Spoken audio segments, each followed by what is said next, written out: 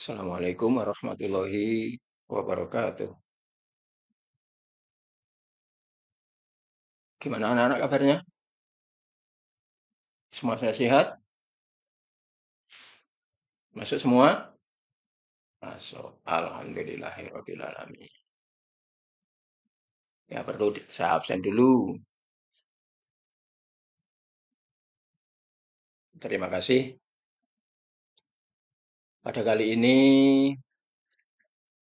mari kita mempelajari terkait dengan tiga hal, yaitu dakwah, khutbah, dan tabligh. Adapun ketiga hal tersebut kita mengetahui dulu peta konsep, yaitu memahami dalil perintah khutbah, tabligh, dan dakwah di masyarakat. Memahami pelaksanaan khutbah, tabligh, dan dakwah di masyarakat. Berikutnya memahami ketentuan khutbah, tabligh, dan dakwah di masyarakat. Yang keempat, hidup sesuai perintah Allah dalam melaksanakan khutbah, tabligh, dan dakwah. Memahami khutbah, tabligh, dan dakwah, yaitu pengertiannya khutbah secara bahasa adalah ceramah atau nasihat.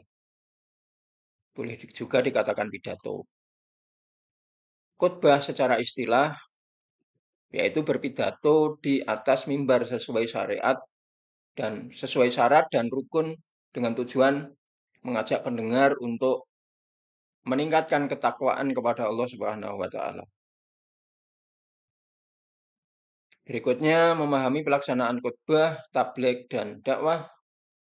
Sebab-sebab khutbah yaitu merupakan rangkaian ibadah tertentu, misalnya khutbah sholat Jum'ah, sholat Id, atau sholat istiqoh. Berikutnya adanya fenomena alam tertentu, yaitu terjadinya gerhana. Berikutnya perlunya pendalaman dalam pelaksanaan jenis ibadah tertentu, yaitu khutbah nikah. Dalil perintah khutbah, khutbah harus mengikuti ajaran Quran surat An-Nisa ayat 115. Model khutbah yang pernah dicontohkan Nabi Muhammad SAW sesuai hadis riwayat Muslim. Berikutnya adalah pengertian tabligh. Tabligh secara bahasa adalah menyampaikan. Kalau secara istilah, kegiatan menyampaikan pesan agama Islam melalui momen tertentu dengan tujuan agar umat Islam mengikuti perintah Allah Subhanahu wa taala sesuai Al-Qur'an dan hadis. Berikutnya tabligh dapat dilakukan di masjid, lapangan terbuka, dan lain-lain. Sebab-sebab melakukan tabligh yaitu adanya perintah untuk bertabligh sesuai hadis riwayat Bukhari. Berikutnya adanya perintah untuk memberikan peringatan dihubungkan sesuai dengan Al-Quran surat Asy-Syariyat ayat 55. Berikutnya adanya perintah mencari investasi akhirat sebanyak-banyaknya sesuai hadis riwayat Muslim. Dalil perintah tabligh yaitu disampaikan oleh Imam Bukhari. Pengertian dakwah kita pelajari berikutnya, yaitu secara bahasa mengajak atau memanggil. Yang kedua adalah dakwah secara istilah, suatu upaya untuk mengajak orang lain ke jalan yang benar sesuai Al-Quran dan hadis untuk mencapai kebahagiaan dunia akhirat. Kemudian pelaksanaannya, tabligh, dakwah, dan khutbah. Pengertiannya, pola dalam berdakwah. A. Dakwah bilisan, yaitu dengan ucapan. Dakwah dilakukan dengan ceramah atau sarasehan. Yang berikutnya dakwah bil khitobah, yaitu dakwah dilakukan dengan menggunakan media tulis, kumpulan karya tulis, buku, kitab, dan lain-lain. Yang berikutnya dakwah bil hal, yaitu dakwah dengan perbuatan, atau istilah lain suri tauladan atau uswatun hasanah.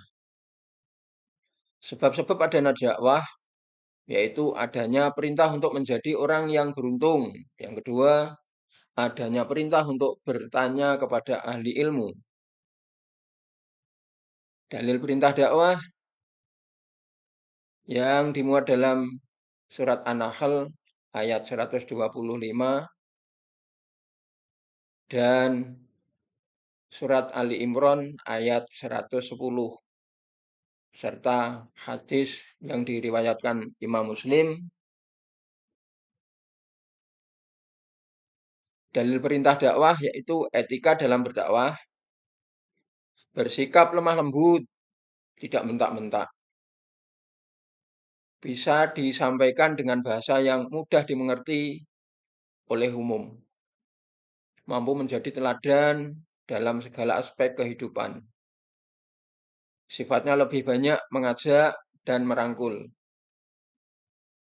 Tema sesuai situasi dan kondisi saat itu. Materi dakwah sesuai Al-Quran, Sunnah. Yang terakhir, tidak mengharap imbalan. Itu yang sulit.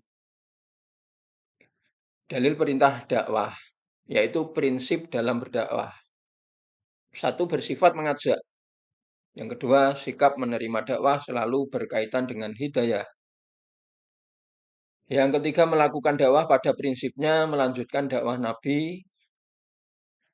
Yang keempat, da'i atau mengajak untuk menyembah Allah dan menjauhi segala larangannya.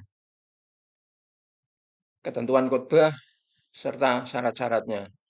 Seorang laki-laki menutup aurat, berdiri, suci dari hadas dan najis, duduk di antara dua khutbah, mengetahui syarat rukun dan sunnah khutbah, serta melakukan rukun khutbah.